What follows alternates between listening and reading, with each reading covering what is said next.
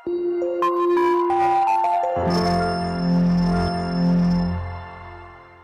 बच्चों, कैसे हैं आप? उम्मीद करती हूँ आप बढ़िया और एकदम मज़े में होंगे। बच्चों, आज हम एक कविता पढ़ेंगे जिसका नाम है तोड़ती पत्थर। वह तोड़ती पत्थर, देखा उसे मैंने इलाहाबाद के पथ पर। वह तोड़ती पत्थर, अर्थात मैंने एक महिला को देखा जो पत्थर तोड़ रही है, उसे इलाहाबाद के पथ यानी कि रास्ते पर। इलाहाबाद के रास्ते पर मैंने देखा कि वह पत्थर तोड़ रही है। कोई ना छायादार पेड़, वह जिसके तले बैठी हुई स्वीकार। श्याम तन भर बंधा यौवन, नत नयन प्रिय कर्म रत मन। गुरु हथौड़ा हाथ, करती बार बार प्रहार। सामने तरुमालिनी अठाली प्रकार। प्रहार का अर्थ होता है चोट करना।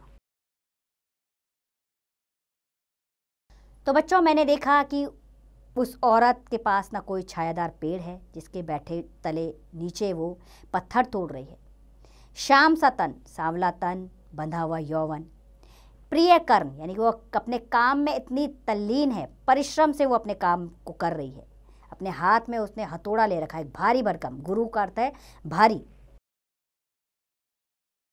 एक भारी हथौड़ा उसके हाथ में, जिसका बार बार वो प्रहार कर रही है। सामने तरुमालिनी अठालिनी प्रकार, और तरह तरह के वो प्रहार कर कर तोड़े जा रही है।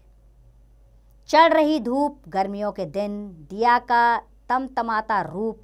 उठी झुलसती हुई लू, रुई ज्यों जलती विभू। गर्द चिंगनी छा गई, प्राय हुई दोपहर, वह तोड़ती पत्थर। धीरे धीरे धूप बढ़ती जा रही है, गर्मियों के दिन है। दिवा यानी कि सूर्य जो है वो तमतमाता, दिवा ने अपना रूप बहुत ही व्याकुल कर दिया है, मतलब तेज कर दिया है। और झुलसती हुई लू चल रही है, गर्म हवाओं के थपेड़े हैं। रुई जो जलती हुई भू, ऐसा लग रहा है जैसे धरती जो है रुई के जैसे जल रही है। गर्द चिंगनी छा गई, चारों तरफ गर्मी ही गर्मी छाई हुई है। वो दोपहर का समय है, लेकिन वो फिर भी पत्थर तोड़ रही है। देखते देखा मुझे तो एक बार, उस भवन की ओर देखा छिनतार। देखकर कोई नहीं, देखा मुझे उस दृष्टि से जो मार खा रोई नहीं।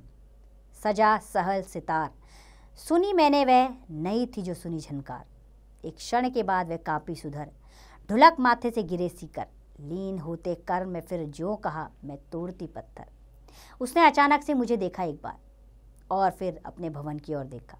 देखा कोई नहीं है, देखा मुझ पर उस दृष्टि से। उसने मुझे बार बार एक प्यारी सी दृष्टि से देखा, जो मार खा रोई नहीं। ऐसा लग रहा था कि उनको बहुत मार पड़ी, लेकिन वो रोई नहीं। सहजता का भाव उनके चेहरे पर है। मैंने कभी ऐसी झनकार नहीं सुनी थी। एक क्षण के लिए मैं कांप गई, ढुलक मांगते से गिरा सूखकर।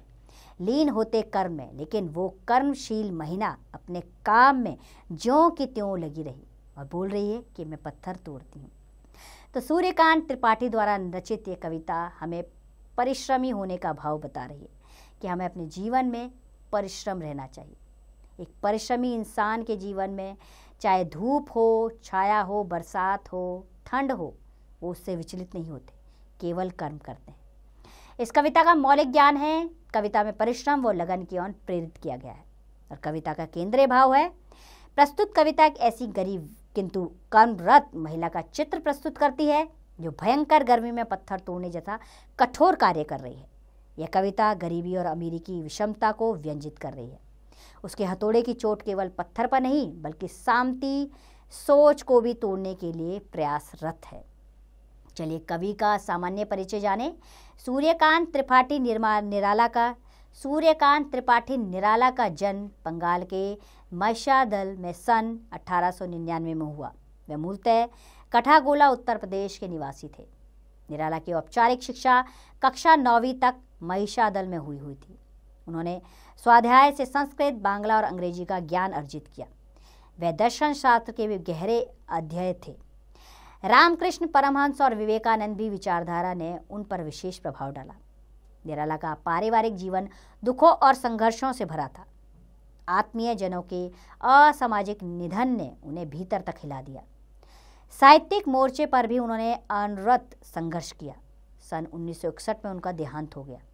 उनकी प्रमुख काव्य रचनाएं हैं अनामिका, परिमल, कुकुरमुत्ता और नए पत्ते।